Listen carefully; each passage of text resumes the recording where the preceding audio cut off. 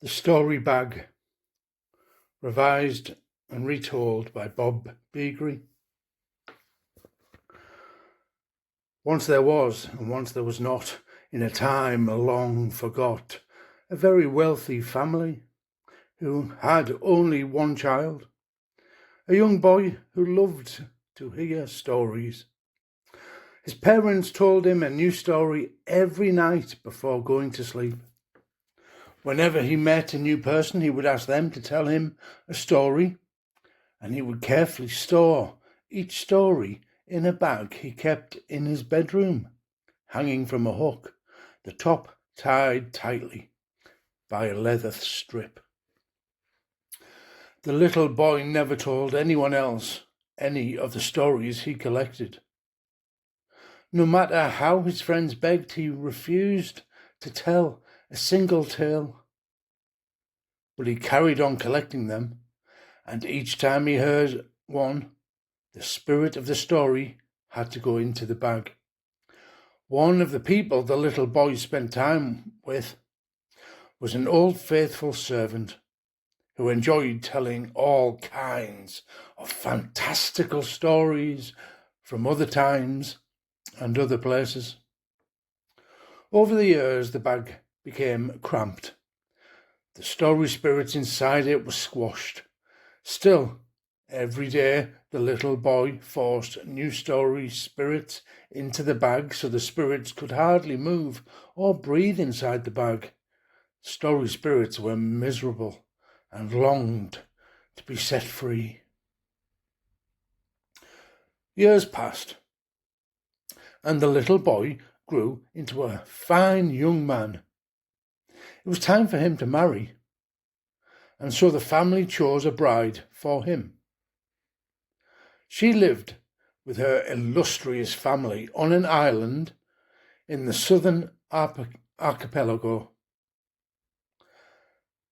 The young man and a retinue of servants made plans to visit her, to meet her family, and to bring her gifts.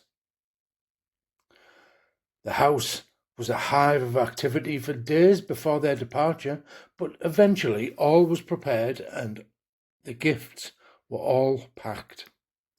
The young man bid his parents goodbye and the party left for the port. The young man was excited about the journey and at the prospect of hearing stories from other parts of the kingdom. Before he left, he made sure to pack the bag of story spirits in a chest beneath his finest clothes. It took them a whole day's ride to reach the port, where they boarded a ship.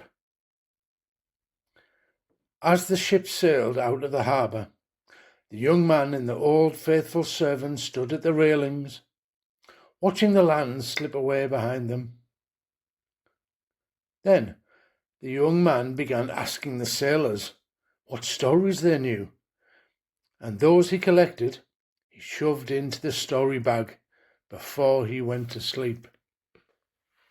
That night, the faithful servant had trouble falling to sleep, and so sat up watching the moon and the stars. It was then that he heard strange voices, grumbling and whispering. He looked around, but saw no one. Still the voices muttered and murmured, and he followed the sounds to the chests, piled up and strapped together on the deck. He listened carefully and patiently, and went through the luggage until he found an old bag tightly tied at the top. But it was moving, as if something was wriggling and squirming inside it. He listened carefully to the voices. "Will we ever be free?" said one voice. "We must escape, or else we shall die," said another. "Then let us all unite and focus our will to summon a storm so our captor will drown." The story spirits inside the bag cheered and continued to make their plans, but the night watchman appeared and asked the old servant what he was doing on deck in the middle of the night?" "Oh, I couldn't sleep, so I thought I would watch the stars," said the old man. "It looks to me like you're a thief looting our passengers' belongings. Begone, or else I shall have you whipped or thrown overboard." So the faithful servant went back to his bunk, but laid awake, thinking about what he had heard. Later that night, a terrible wind grew, which whipped the sails of the ship and churned the waves. The ship's bells were rung, and all hands joined the fight to keep the ship on its route, and the passengers huddled, frightened, while the gale shrieked and the sea thrashed like a wounded tiger. The ship was thrown off course and struck a rocky reef near one of the many islands. The ship's hull was shattered and it began to sink. Some passengers grabbed their most precious belongings and climbed into the lifeboat. Sailors dived into the water and began to swim towards the dark landmass, and the storm laughed and cried through the night like a hysterical demon. In the morning, the survivors stood on the beach while the remains of their ship bobbed as pieces of driftwood on the changing tide. The young man and his faithful servant sat on the rocks. "Thank you for coming to help me. If it wasn't for your warning, I'm sure I would have drowned," said the young man. The old servant looked at the young man, who last night had grabbed the bag from the chest and tied it to his belt before boarding the lifeboat. "Master, the storm was no accident," he said, and told the young man what he had witnessed the night before. The young man listened with horrified eyes and said, No. What can we do?" "You must release the stories so they are free," said the man. "But then they will all be trapped on the island with us, and they will want their revenge on me. If they can summon a storm, what else can they do?"